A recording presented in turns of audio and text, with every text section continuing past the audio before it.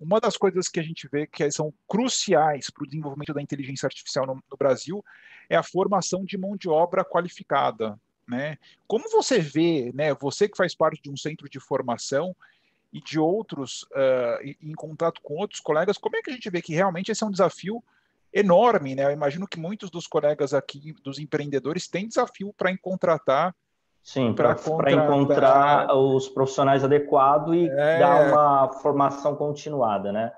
Eu acho que o ponto-chave é a falta, a ausência de um grande volume de profissionais na área de ciência de dados. Porque a parte de IA, principalmente quem faz os mestrados e doutorados, para vocês terem uma ideia, eu fiz o meu doutorado em inteligência artificial, computacional, em 2003, lá na USP, no ICMC USP, em São Carlos.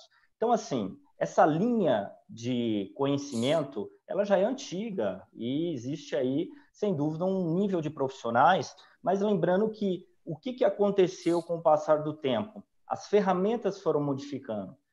Quando eu fiz lá o meu doutorado, eu tinha que realmente mexer no algoritmo, principalmente de suporte vector machine, redes neurais, lógica fuzzy. Então, ali, há quase 15, 20 anos atrás, a gente fazia as programações necessárias dos algoritmos. Por isso, você tinha que ser realmente um mestre, um PhD em computação, né? Normalmente, ou em engenharia, que também trabalhava com o assunto. O que facilitou foram que empresas, grandes empresas internacionais, começaram a construir um ferramental que se apoiasse nessas tecnologias. É muito parecido com um famoso conhecido na área de processamento e análise de imagem, que é o OpenCV. Então, a partir dali, foi se construindo um conjunto de ferramental, de procedures, de functions, quer dizer, onde você tem uma biblioteca para poder fazer esse trabalho. Quer dizer, passado o tempo, você não precisava mais mexer diretamente no algoritmo, isso era um pessoal mais especializado realmente, com maior profundidade, e aí você conseguia mexer com um ferramental que possibilitava, de certa forma, uma democratização maior. Então, você não precisava se aprofundar tanto ao longo desse processo.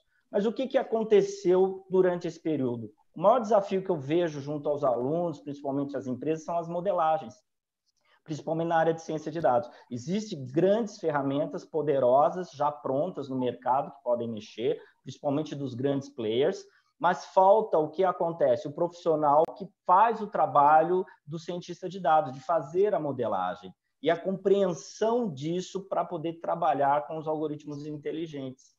Então, é importante comentar, são profissionais diferentes que acabam se encontrando, porque a área de saúde começou a demandar um grande volume de dados. E não são só dados médicos do ponto de vista de equipamentos, né, que pode ser de raio-x, tomografia, assim por diante, mas dados que vêm de outros dispositivos. Aqui a gente tem um exemplo de vários utilizando esse processo. Na hora de você formar um profissional, e aí uma das falas dos nossos colegas aí, eu acho que foi o Jamil, ele falou bem, você tem que se especializando cada vez mais nesse processo. É óbvio que você tem uma formação básica como médico, né? Quando ele se forma, ele tem inicialmente a base clínica, né? Um médico geral, clínico geral, e aí ele escolhe uma especialização e vai se aprofundando. Então, o que tem acontecido, que eu acho que é o maior desafio, é uma confusão grande de perfis de especialidades e acaba criando uma dificuldade. Eu vejo muita gente procurando trabalhar com ciência de dados em saúde e muitas vezes com uma grande dificuldade de compreender algumas visões básicas. E nós demos, é importante comentar, nós demos o curso ano passado de Health Data Science e Analytics na Escola Paulista de Medicina. E foi surpreendente. Nós tínhamos lá para 25 vagas. Na verdade, tivemos que dar o curso para 2 turmas, 30 cada uma, 60 pessoas, e foram inscritas mais de 110 pessoas. Chamou a atenção, claro, sem dúvida, do interesse dessas pessoas de trabalhar com dados em saúde. Só que o que a gente percebeu? Que quando a gente começou a falar da parte técnica densa do profissional, nós percebemos uma desilusão muito interessante, porque eles acharam que a gente ia dar um curso mais subjetivo, mais teórico, explicando conceitos, e, na verdade, a gente pôs o pessoal para fazer programação, fazer desenvolvimento, fazer a construção realmente, e eram disciplinas técnicas. Então, houve um despertar, falando, nossa, isso é ciência de dados, isso aí são algoritmos que precisam ser trabalhados, e aí, como eu disse para vocês, chega num certo momento que vocês precisam predizer situações. A inteligência computacional, ela é trabalhada em determinados tipos de situações muito específicas, que, de certa forma, ao longo dos 30, 40, 50 anos, já se vem trabalhando nas pós-graduações da área de computação, da parte de engenharia, envolvendo os algoritmos. Então, para responder para você, eu acho que o nosso maior desafio está nessa construção de tomada de decisão do próprio jovem que quer trabalhar com o assunto.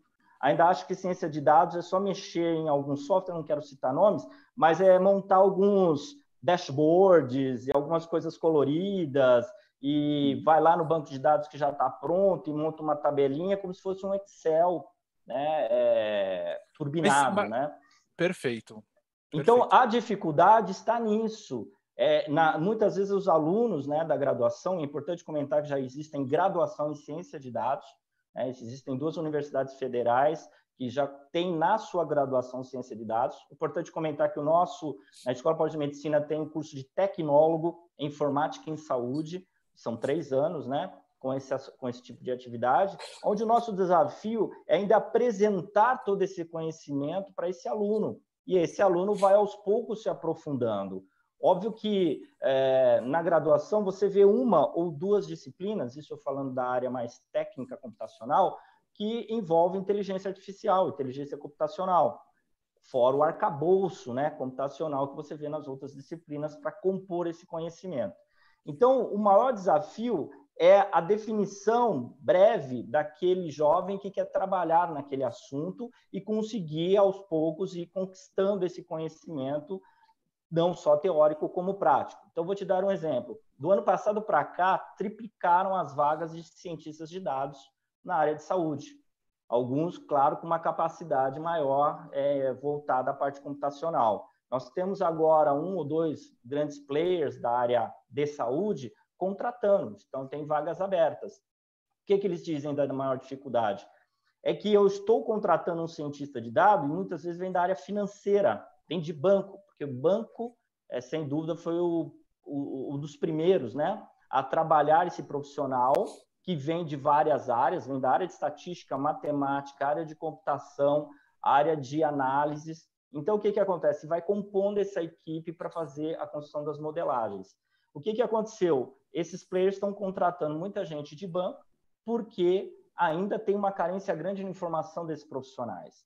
E aí esse profissional começa a realmente ter contato com dados médicos e aí tem que se tornar mais especialista. Eu acho que o Jamil comentou, cada vez mais especialista naquele assunto para que os algoritmos possam ser compostos de melhor forma, né? Modelados de melhor forma. E aí cria-se uma dificuldade, porque o que cabe à faculdade, à universidade, é construir esse perfil mais generalista. E ali, claro, com exemplos mais práticos, mas aí a dificuldade de se aprofundar.